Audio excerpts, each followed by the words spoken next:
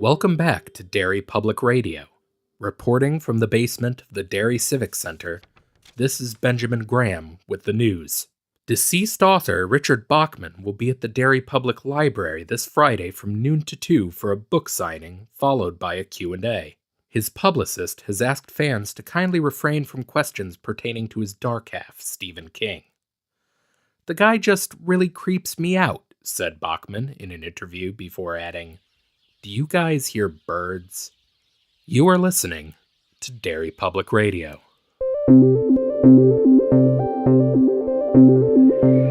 This is Derry Public Radio.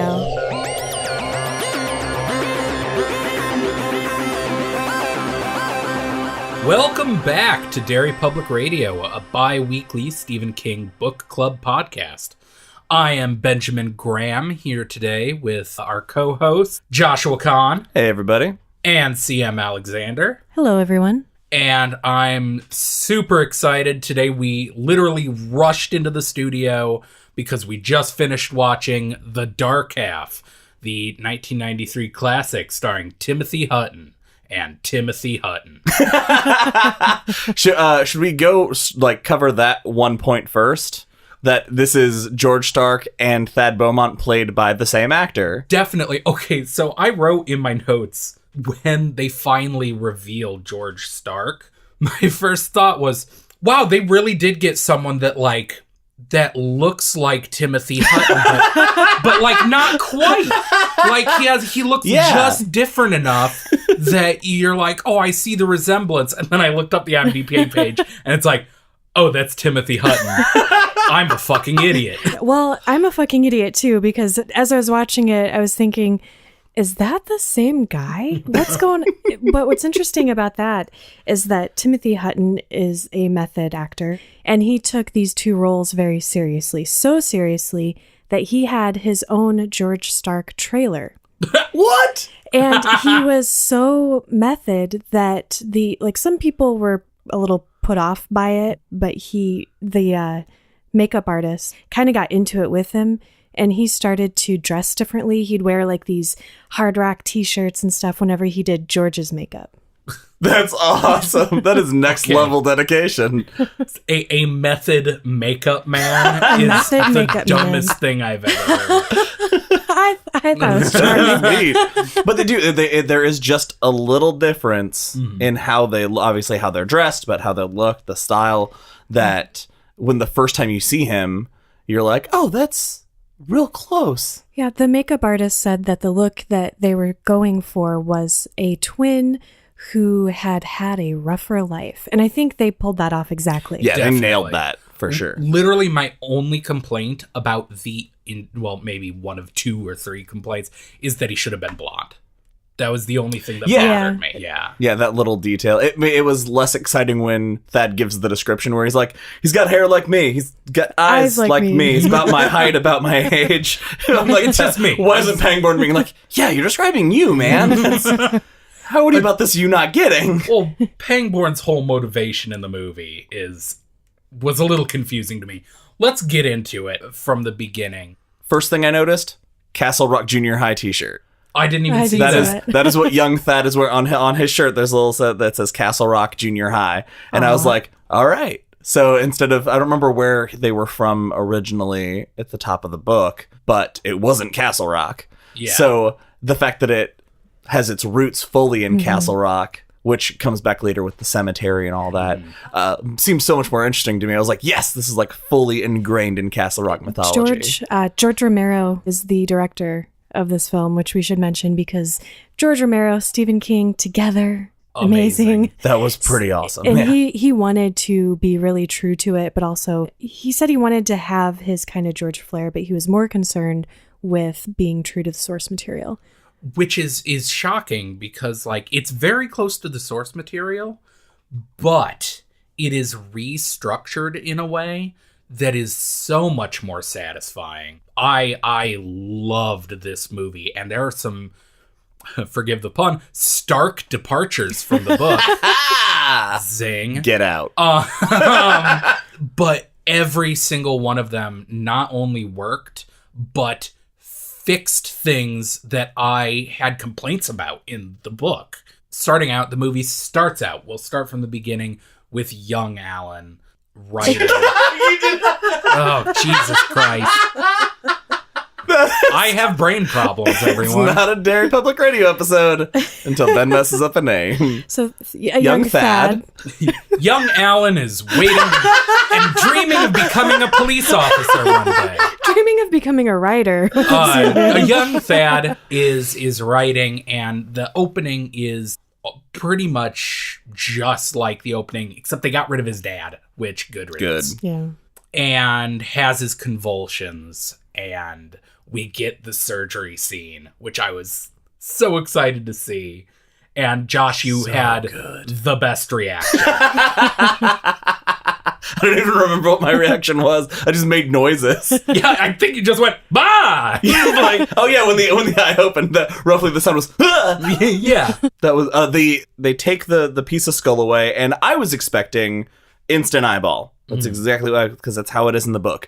And then we see the nurse freak out, and I was like, what is she freaking out about? It just looks like brownish. And then the doctor pokes it, and the eye shoots open, and I lost it. Because also that eyeball looks like it was half the size of his head. Yeah, it's like a full-grown human eyeball. It was like a full adult-sized eyeball inside the head, and it was just this white cataract eye, and when he poked it, it like blinked, and I was like, oh, it's so disgusting, and I love it. Amazing special effects. God, I geeked out. It was so awesome. cool. But then it cuts forward 23 years, and it jumps forward, and this is where it departs from the book, and it shows us Thad teaching.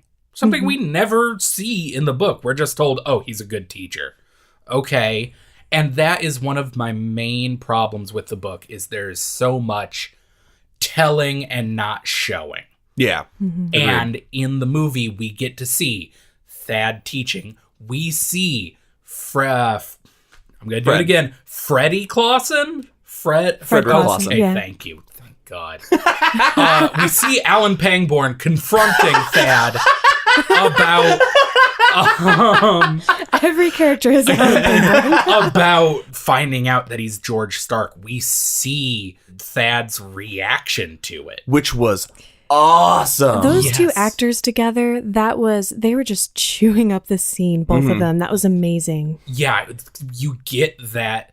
You never get the sense of Frederick Clausen. You're just told, oh, he's this real creepy dude. And in this scene, you see, oh, what a piece of shit this guy is. He was like dirty and disgusting and so arrogant. Yeah.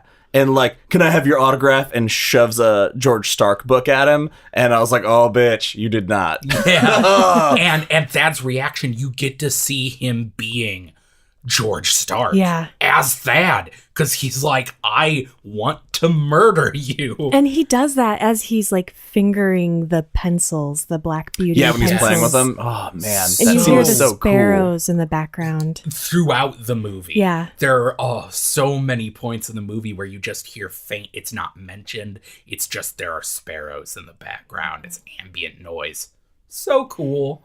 Now, the book, when the first thing that I noticed before I realized that Timothy Hutton was playing both characters, the first thing I noticed was when he's holding the book open, the art on the cover of Machine's Way and the face on the book jacket, those look alike. Tom Selleck. They're very Tom Selleck-y. Or just his mustache. Yeah, I don't it's know. the power of the mustache makes you think Tom Selleck. But that my first thought was, oh, that's neat that they put the actor who's going to play George Stark on the back cover of this book so that later we can see that, because it's a different looking guy. Yeah, but we don't get that, because throughout the beginning of the book, another problem I had with the book is that we know right from the get-go of the book, Stark came to life and is murdering people, and there's no mystery to it.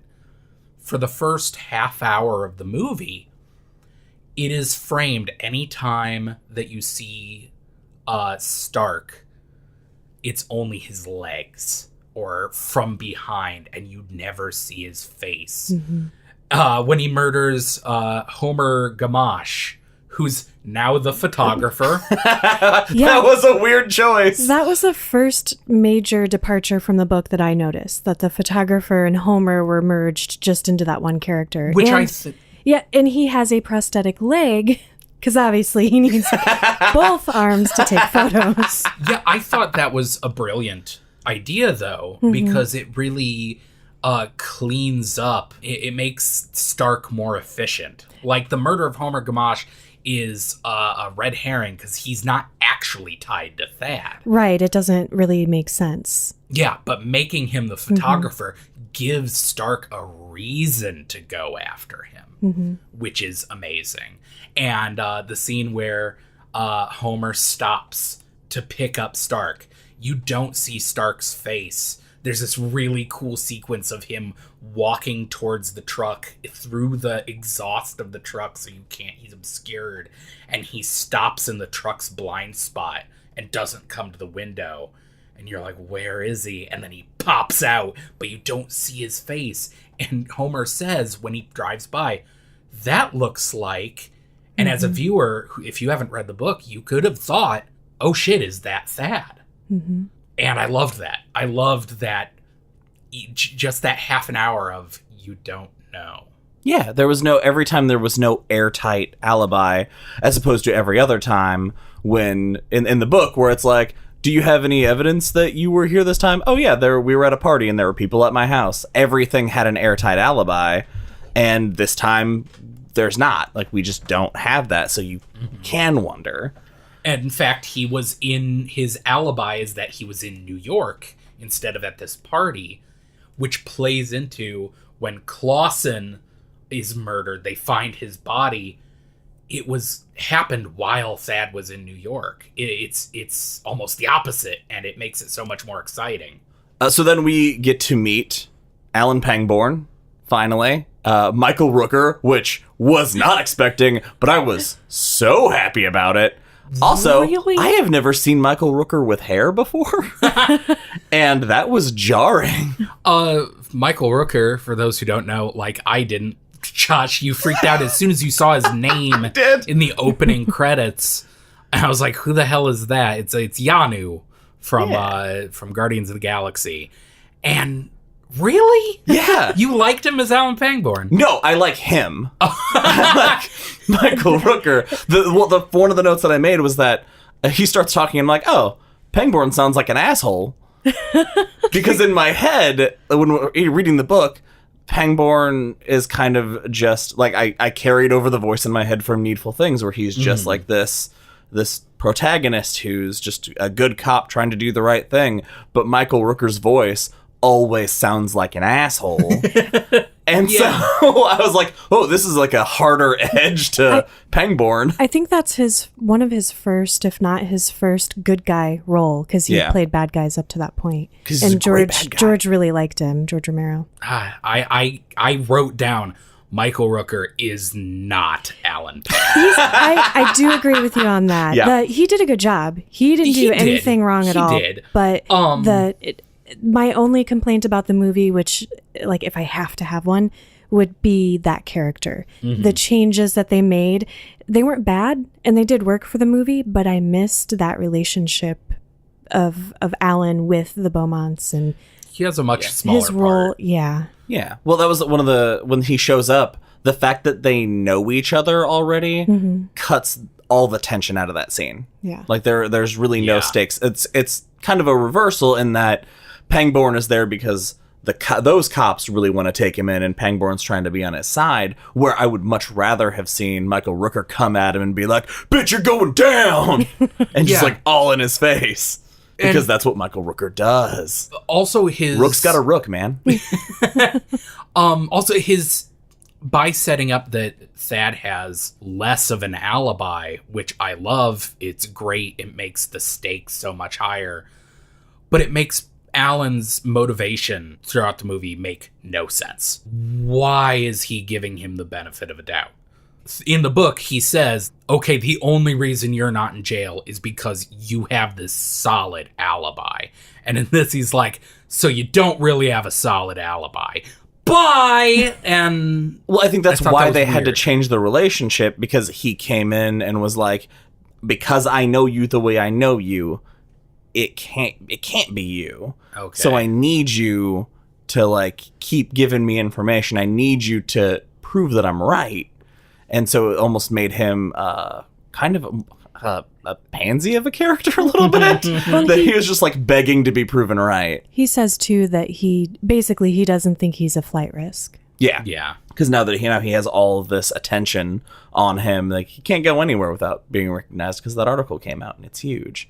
Yeah, because who are the most recognizable people in the world? Authors of unpopular books. Well, and he just being on TV Okay, and all that, that's so true. people Well, have just seen this announcement. And he's a handsome dude, so. He is a handsome man. Timothy Hutton. Timothy come on. Hutton is a much more He's handsome kinda Thad dreamy. Beaumont than what my brain says. Really? Because, okay, that's another thing. Coming into this, I'm like, okay, The Dark Half starring Timothy Hutton. I know that name. Who the hell is Timothy Hutton? Why do I know him? I could not picture his name or his face. And even now, having just watched the movie, I feel like his face is already disappearing from my brain into a blurred, boring white man face. That's Which fair. fits the character. He was really good. I'm a little taken with him because I was so impressed with the way he changed his body language when he was George. Just the little subtle things that set those two apart that really had me thinking, okay, I know this has to be the same guy, but I feel like it's not the same guy. Did they just get an actor with the same build? And I was really impressed. Thought it was awesome. Yeah, he's Just the way he fantastic walks actor. is And just it's like a walking jazzy menacing. theme music too. It's Yeah. cool. I want that to be my theme music. When I walk into a room, I want the George Stark theme music. Start carrying a straight razor, maybe. The theme music will follow once you start carrying a straight razor. Exactly. Okay, so where do we move on from there? To the return of Ben, our favorite character. This fucking cop. The cop that we spent probably 10 minutes talking about in episode 1 of The Dark Half, who finds Homer Gamash's truck.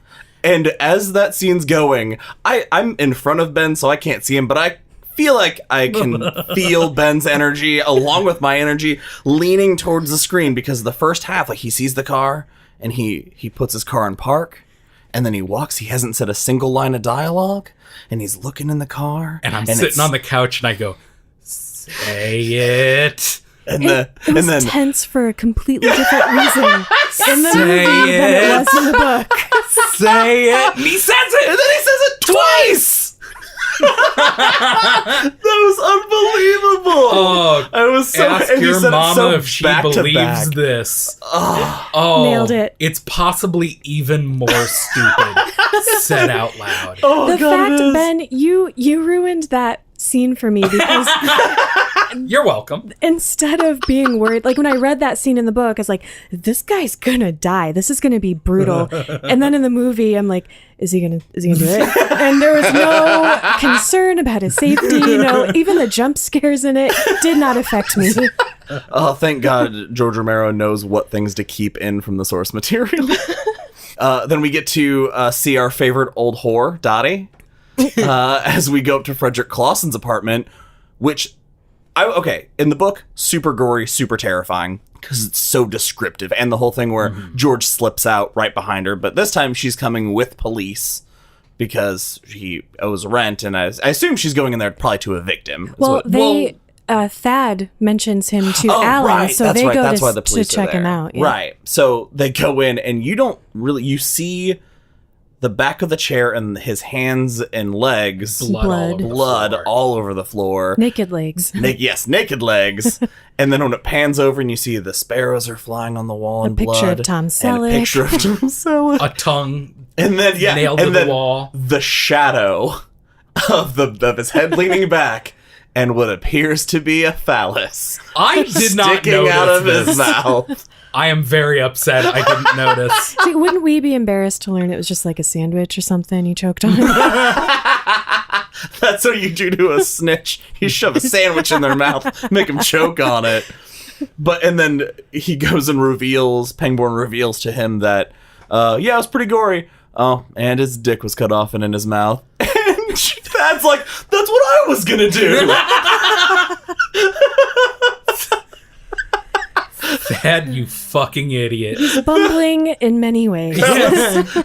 But he was like, almost disheartened. And then, oh man, that's what I said I was gonna do. I wanted to stick his dick in his mouth. Damn, you were talking to the police. Episode title. Man, and then we have The dream sequence. Yeah, God, that dream What did you sequence. guys think of that? Because that I watched the movie first, and that dream sequence definitely has been something that has always stuck with me, and I've always remembered. But when we talked about the book, the dream sequence in the book is also really striking. So were you disappointed, impressed? Because it's different. I thought it was amazing. Because it's actually... no, I guess it's not the first time we see George Stark. Never mind. But I loved it. I'm on the same page. I thought it was super cool. And when I was reading it, it was a little disjointed for me when I read it. And it's supposed to be because it's this terrifying nightmare.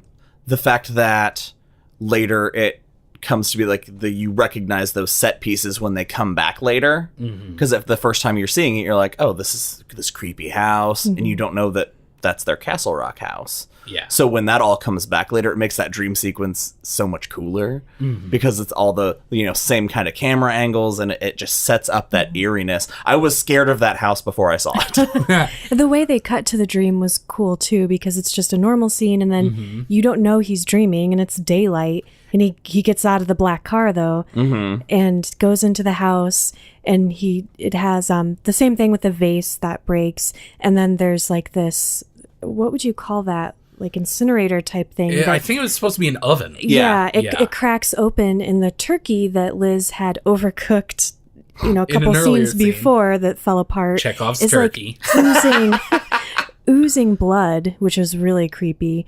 And then instead of finding Liz with her tongue in her lap and her eyes popped out in the living room, she is tied to a chair and she looks up at him. And the effects that they have on her, the makeup and stuff is really cool because she's kind of white, like a porcelain doll with these sort of puzzle pieces, like this pattern. See, it looked like puzzle pieces to me. I thought it was the same pattern when he walks in and he sees the vase of vase. flowers. Yeah. Oh, okay. Yeah, The that's what I vase thought of too. flowers that breaks when he looks at it. He finds Liz and her skin has this same porcelain of this vase that he broke. And then it shatters. It shatters to And reveal it's her a skull. So Romero, so cool. I loved it. And I think even better than just the gross out factor that the book sees. The one in the book fits reading about it, but the visual that was in the movie wouldn't have translated well to the book. Yeah, exactly. Agreed. Yeah. What'd you guys think of the killing of Miriam? Oh, sorry. Jeez. No, I thought that actress killed it. She did such an amazing job, and it was brutal. And you don't even. So we see her coming to her apartment. The door opens as she's about to unlock it, and you can see her having like that. A second later, she's gonna bolt, but she doesn't get that chance because Stark grabs her head, slams her face into the door jamb. She gets knocked unconscious. He drags her in, does the whole call thing, and her face is all bloody and she's hysterical and you really feel for her. And this whole time, Stark is still, the way he is framed in all of these shots, you only see his legs. And he's so calm. So calm. His steps are so like precise and careful. And then he slits her throat off screen after she makes the call. And I thought it was going to, jump to gore shot. And it was just, you see him make the slice and you don't see her again. You're like, oh man, they didn't show it.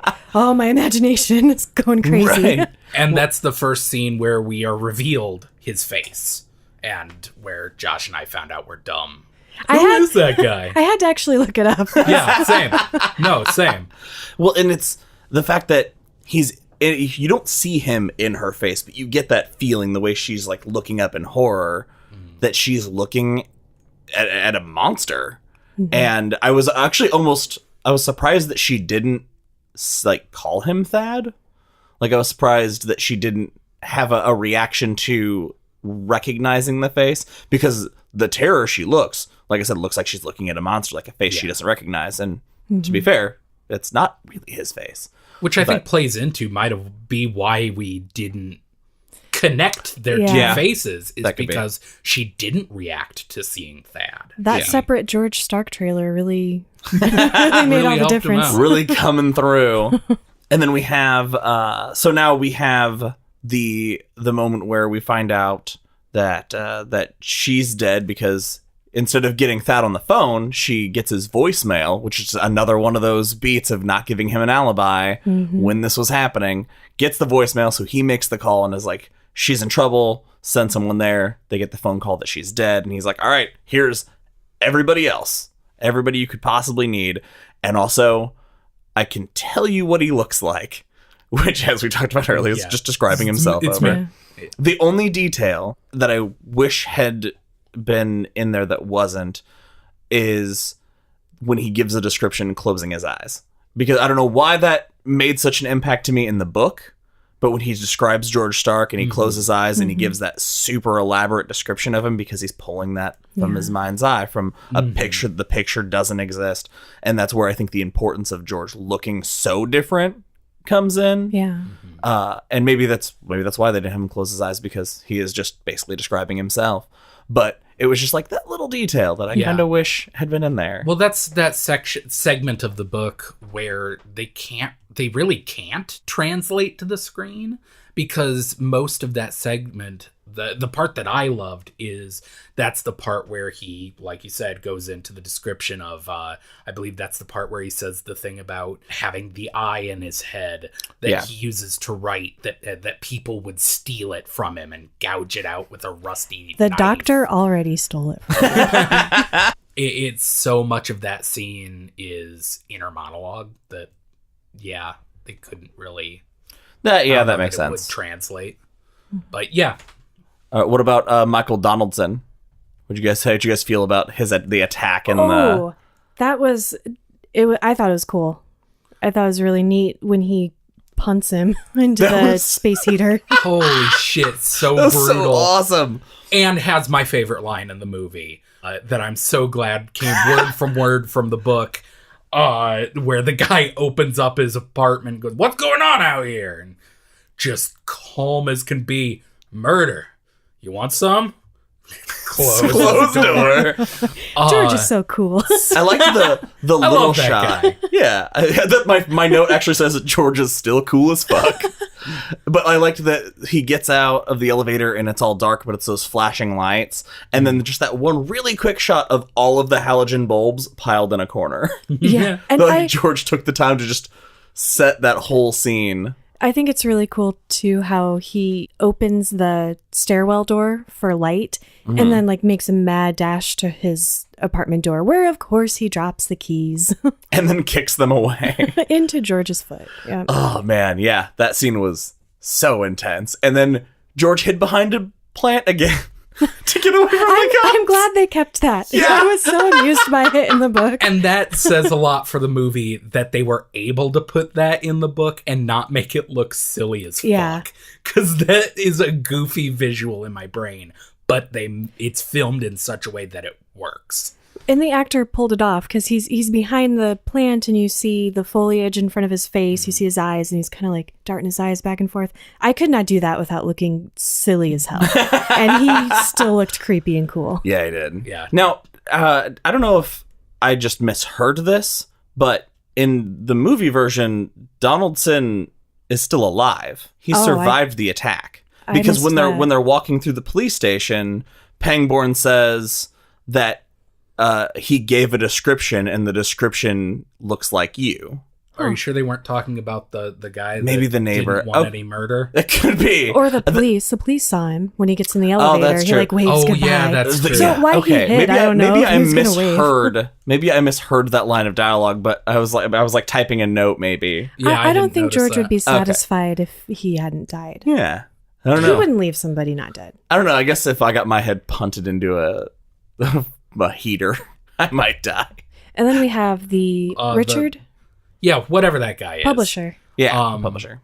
And getting scared by the window washing guy, just like in the book. Just like in the book. But this is one of the few scenes in the movie that I didn't think was as good as the book, because he's the guy that he gets blown up in the book. And I guess they couldn't afford an explosion special effect. So he just, the cops are like, wait, the crew should be standing outside the door. So they open the door and they clear the living room. And they're like, you're good. Okay, bye. And then they leave. And he goes into his bathroom and finds the two cops dead in his tub with notes pinned to their heads saying, "More fool stuffing, tell Thad." And then the "Have a nice day" thing from the window washer. Stark slashes the guy's throat, says, "Sorry, publishing is a cutthroat business." Cool as fuck. This is a 90s movie, and all 90s movies had to have a one-liner in it somewhere.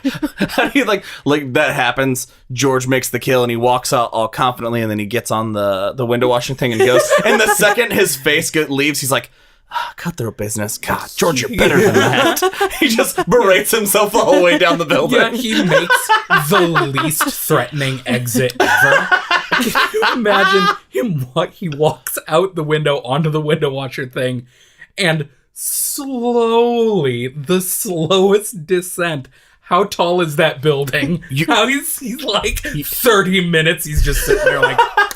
But you know what makes that terrifying is the fact that from where he's descending, the dude whose throat he's just cut and is trying to hold it together is just watching his killer just casually saunter across the room and just slowly get away. The fact that there's no rush to it as he's laying there just bleeding to death and can't do anything. And everyone in the apartments below the publisher are like, why is there a dude covered in blood slowly descending past our apartment? I should probably call the cops so they'll be here in 45 minutes when he reaches the ground.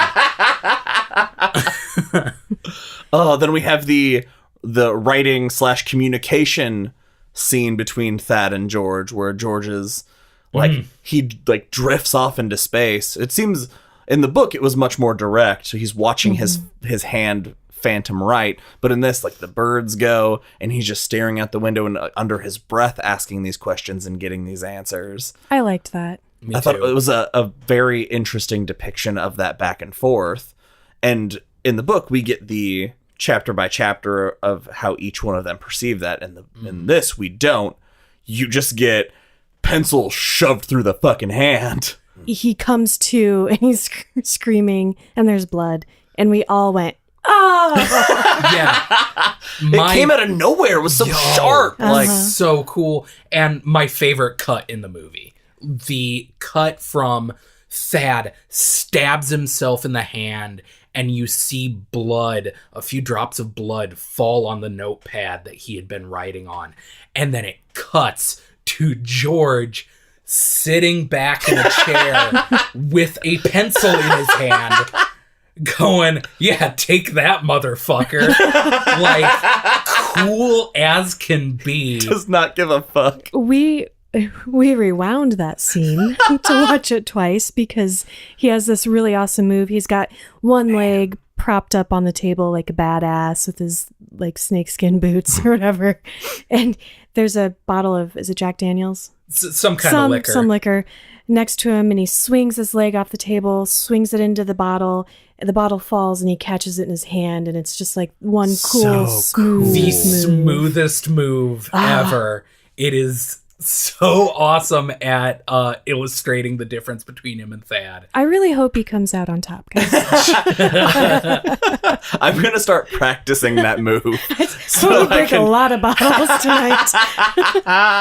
The only thing that I was missing from not getting that back and forth is not getting the George Stark can only write his own name. Yeah. Yeah, that is true. But it also keeps George scary. Like that at that point in the book, they're kind of humanizing George Stark a little bit because they're finally revealing his flaws and those things. The movie just keeps him a stone cold monster the entire time, which for pacing it obviously needs to. But that was the only little detail that I was like, but that detail's so cool. Later he tells Liz that he was writing and then he started to decompose. So not, I can't write, he needs to teach me, but yeah, I had it figured out and now I'm falling apart. That is a cool detail that we miss out on. But we get, in its place, some of the coolest fucking makeup effects. It was so cool. The scene where George holds his hand up to the light, and in the book it describes that he can see a pinprick of light through his hand. And we see that. Awesome. Like, how'd they do that? I don't know. George Romero. That guy put on his Hard Rock t-shirt and got in his own. Okay, I'm sorry for giving you shit before. Method makeup guy, you did a bang-up job. And his face gets creepier. Ben, was it ever proud flesh? It was pretty gross. I'm taking it back. Everyone Google proud flesh. No. I will not do it. Don't do it, listeners. But that was another small thing I had is by the end of the book, the image I had of George Stark was basically, I imagined him with basically no skin left. Like he was just like sloughing off. Yeah, just a chunk of rotten meat, basically. And in the movie, the makeup is really cool. The effect of him pulling at his cheek and this black liquid oozing down his face is very cool, but it never quite reached the levels that it's described my imagination came up with. Now, another big difference, because as we've established, Pangborn takes a giant backseat in this movie, is the reveal when Thad finds out that he was a twin comes from the doctor who performed the surgery. And I thought that was so much better.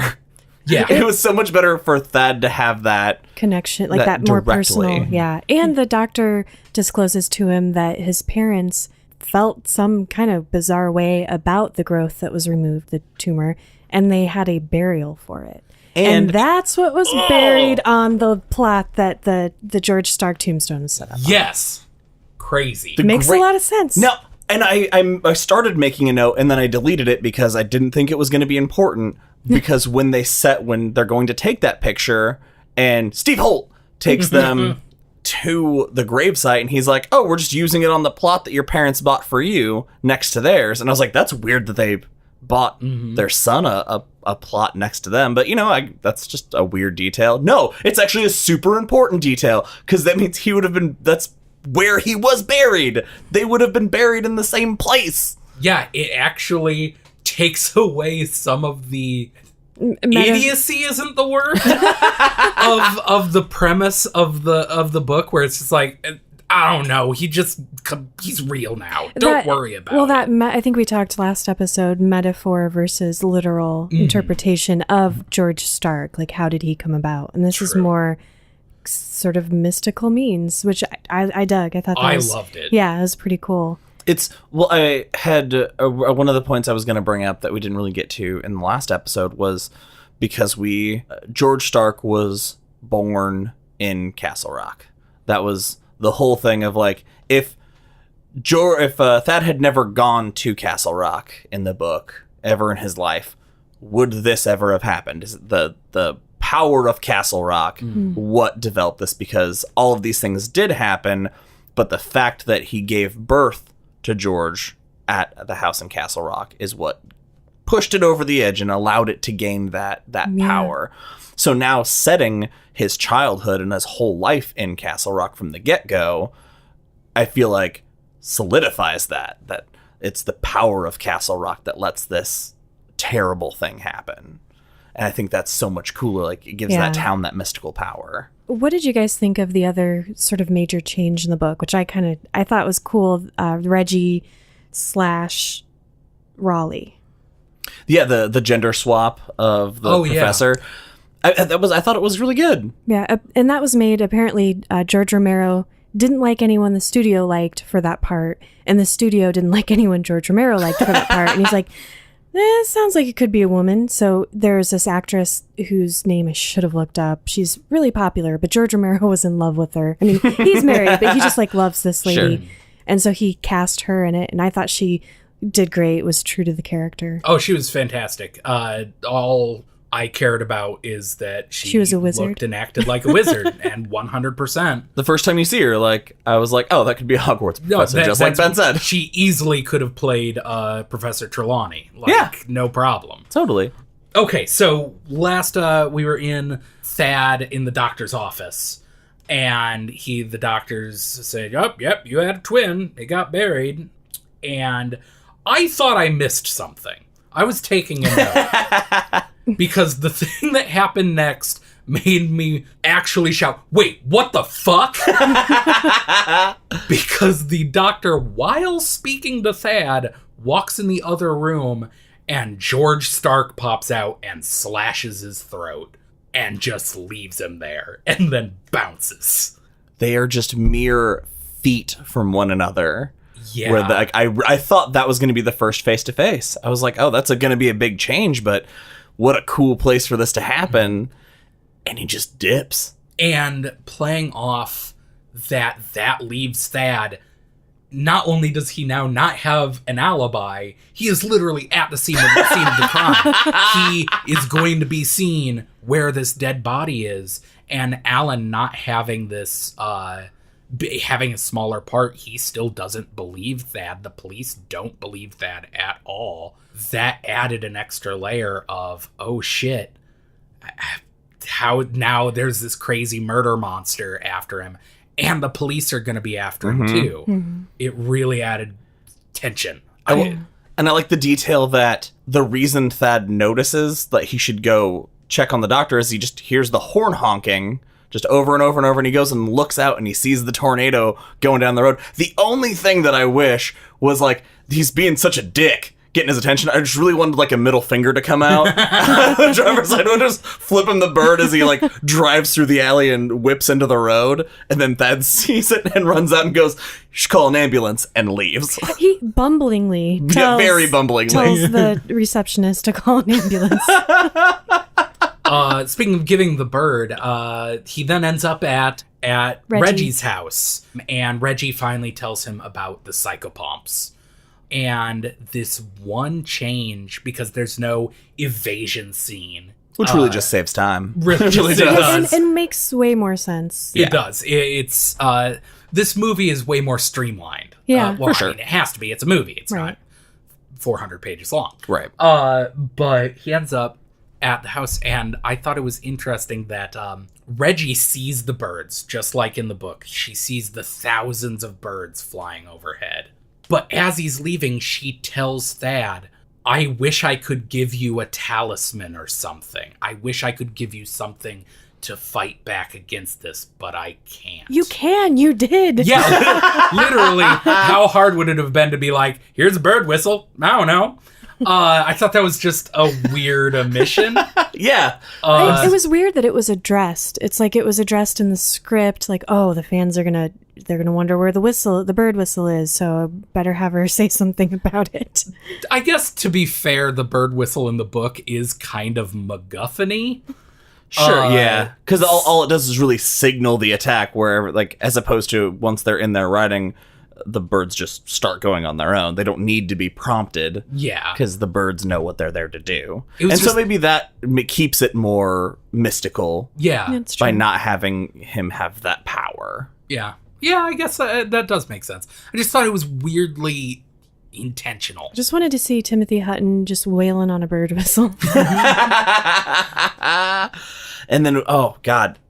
So Timothy Hutton, in his decayingest stage of George Stark, is so awesome. His laugh is amazing. Yes, there is nothing better than a calm monster, in my opinion. Or an almost giddy at times. Yeah, he's a little giddy. But no, like, it's the fact that he is falling apart. I mean, he's got everybody held captive. He's just waiting on Thad to arrive and just sitting in front of the fireplace. And it's just like, if you do good and I'm in a good mood, who knows what could happen? This is going to be a good time. We're just going to hang out, do a little writing, and let's just hang. And he's so confident about it too. And well, I hope you don't think poorly of me, Beth, because I like it here. I might take up roots around here, and you might see me from time to time. That was eerie. And then he does this weird chuckle giggle thing. It unnerving. It got me. Real unnerving. Now, I have a question. Yes. In this world, in this version of the Dark Half, I guess in the book, it's very simple, like with the way that we know Thad is innocent of these crimes. The police know there's no way he could do these things. Mm-hmm. And in the end, if George succeeds, Thad will be gone, and he will be the lone survivor in the body. And it'll be complicated, but things will move on. In the movie, if everything goes as planned and that is gone, that body is still on the line for these murders. Because there has been no foolproof evidence saying they didn't commit it. So if George succeeds, he's still got a whole load of problems he's not really thinking about. Although Alan he comes in and he sees George, or his mostly skeletal picked apart. That's jumping ahead. We'll talk about that. Well, Ben wants to save that.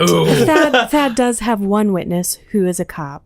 So, I guess.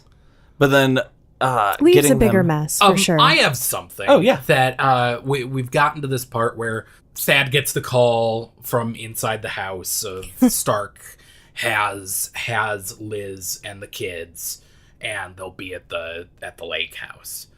And wait, where's Aunt Martha? The most important character of the story. Ask your mama if she knows where Aunt Martha is. This actually plays into my point that I'm about to make is, how did you guys feel about Liz in the movie?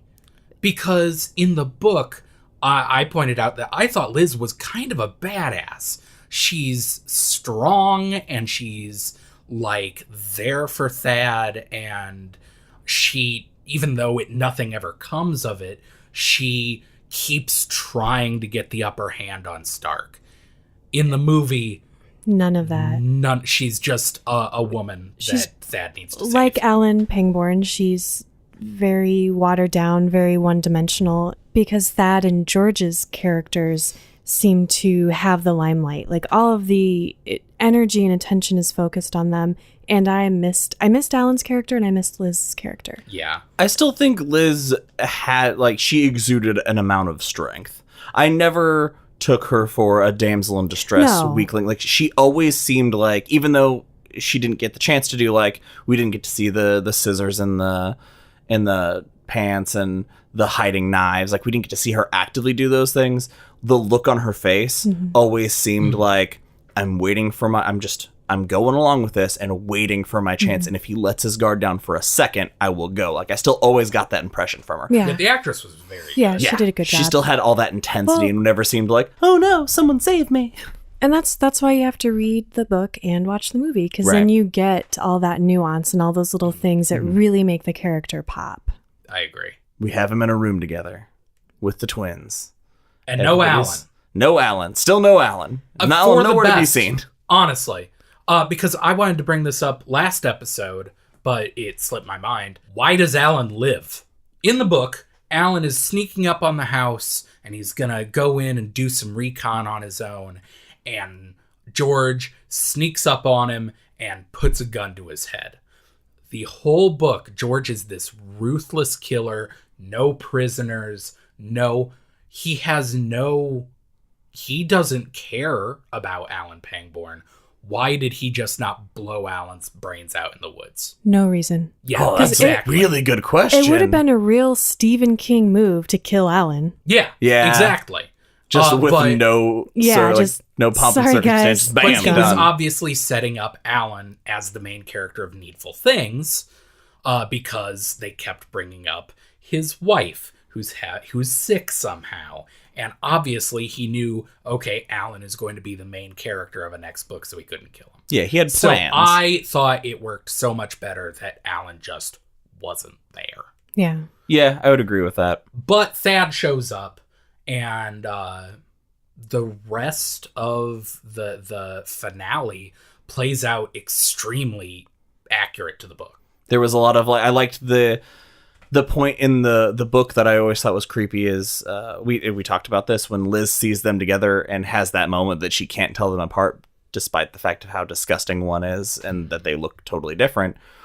Seeing them together when they have that drinking and smoking buddies kind of attitude that once they're together, they're two halves of the same person. So they just kind of meet in the middle and kind of become the same person for a while as they sit across that secret writing room, which is so fucking cool to see in real life. I wish and that was our it. studio. I was just about to say, can I you am recreate so sorry that I do not have a sliding bookshelf that you have to go through to get in here, you guys. Well, get on it, would you please? I mean, I have bookshelves. There's so many books in here. Well, I thought that the special effects were really cool. I want to get that out there because it was the 90s. And yeah, there were problems with the special effects. And there's a whole issue with the company. I forget which company it was. They were going bankrupt during Orion. Yeah, they went bankrupt during the filming of this. Mm-hmm. So there were some financial problems. And George Romero had to kind of navigate that and fight with the studio a little bit. And there were some issues, and he wasn't happy with all of that. But I thought a lot of what they did with the birds was really cool, especially when they come pouring into the house. And they actually built this contraption, like this thing with fake birds on it, and it spun. And so it was like a cyclone of birds. A lot of the effects for that were practical. All the things that ended up looking really cool that they used for the movie were practical little things that they built. And which makes sense, George Romero. Yeah. And then let's please talk about George Stark getting picked apart. God, that was so cool. Metal as fuck. Holy shit. That was the most intense look I've ever seen on your face. So cool. Alan finally comes. He shows up for some reason. You don't know why he showed up, but he had to. And he grabs Liz, and they're rushing upstairs, and all the birds are pouring into the house. And there's no wall of birds, but it's 1991. How are you going to film that? Right. And they rush upstairs, and they throw the bookcase aside, and George Stark is a bloody, screaming skeleton. So and they cool. Did you see where they picked out his eyeball? Yeah. Yes. Did you see the part where a bird flew in one side of his skull and out the other? Because that was awesome. And was like inside his rib cage. Yeah, breaking it apart. They carry off like the top half skeleton of his body into not a dark void, a really bright void, which again goes back to the issues with special effects and not 90s. Getting what they needed to finish it, but it does, follow the book. It was definitely a portal in the movie. I still have an argument for in the book, but it's definitely a dumbass looking portal. Yeah, if you watch the bonus features, George Romero's like, that looks dumb as hell. He's not wrong. It does look really dumb, but it is the very, very end. And if that's like the only time that I was like, oh, that's kind of hokey bad. They don't burn down the house. Yeah, it just ends with the portal closing, credits roll. And that kind of bugged me because Josh is right. There was still a bunch of murders. Thad is 100% going to prison. Yeah, as an accomplice at the very least. Yeah, because even if Alan is like, I saw something really fucking crazy in that house, every other police in the world is going to be like, there's hard physical evidence and him at the scene of a murder. Yeah. We don't care. And no hard 100%. Evidence of this guy that was carried off into a void in the sky. 100%. Thad ends up in jail. But I think that as far as the movie goes, it needed to end right there because the rest of the book is so dependent on the Alan, Liz, Thad relationship that we don't really get. That's true. And nobody shared a miscarriage story, so how are they supposed to bond? I do miss that bit at the end, though, where Thad's like, hey, to Alan, I feel like you used to like me, now you don't. And he's describing why. That wouldn't work in the movie. I realize that. Yeah. But I guess I'm glad that I read the book first and I have all of that to kind of keep in my head as I watch it. But yeah, okay, so I saw this before. And it seems like you guys really dug it. I loved this movie. It's rare, few and far between. This is going to be controversial, think this movie is better than the book. Wow. I think this movie improves upon the book in so many ways, just through pacing and the ability of George Romero shows, doesn't tell. Stephen King throughout the whole book tells and doesn't show. So I think this book, or this movie, the book is good. The movie was pretty freaking awesome. Would that be? That's a 5 out of 5 chambray shirts in my opinion. Josh? To be honest, so when people talk about that book to movie comparison, and it's like you said, the movie's never as good as the book is, and it is pretty well documented that there are like a lot of negative reviews for a lot of Stephen King movies. Not a surprise to a lot of people. So this being a movie in the 90s that was a Stephen King, like I was like, all right, we'll see how it goes. Yep. Yeah, I mean, like I like the story a lot, so we'll see how it goes.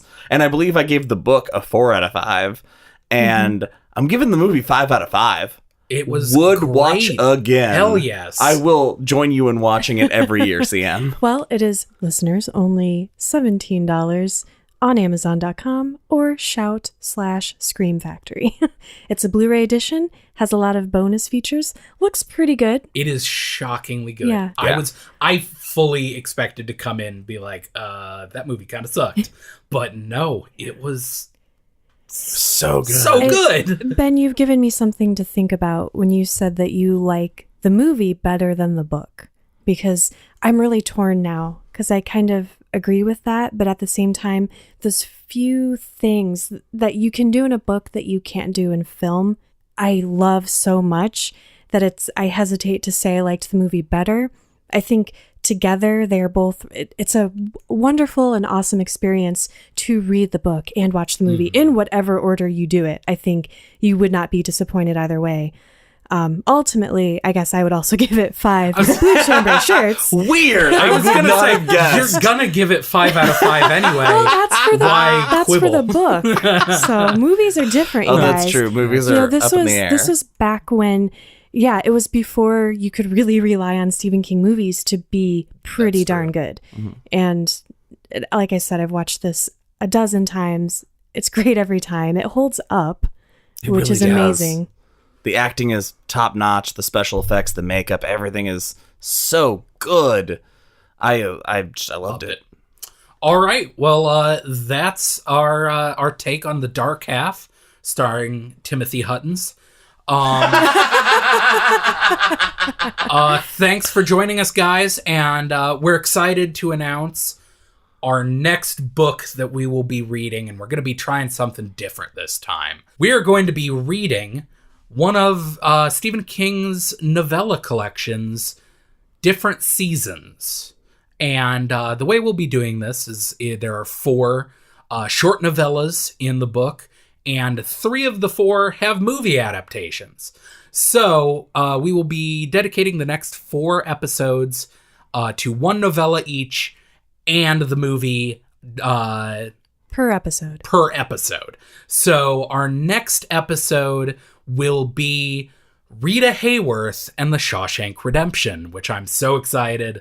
I haven't watched the movie in nearly 3 weeks. It was on TV. What am I going to do? Not watch The Shawshank Redemption? You're not a monster. Man. So, thanks to our number 1 superfan, Bryant Burnett, for suggesting Different Seasons. I'm really excited to get into it. How about you guys? Yeah, I can't wait. I'm very excited. I would be lying if I said I haven't already started.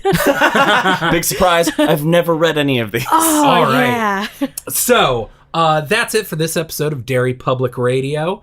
As always, thank you for listening, And join us next time for The Shawshank Redemption. For CM Alexander and Joshua Kahn, I'm Benjamin Graham, reminding you that you are disturbing my peaceful frame of mind.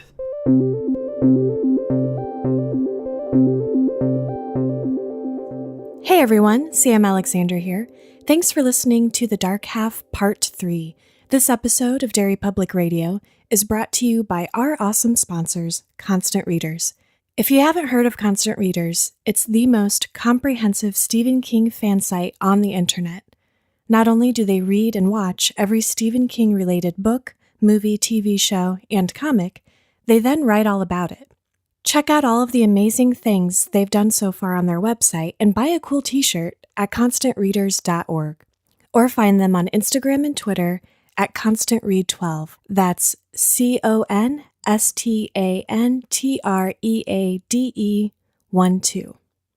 And here's how you find us.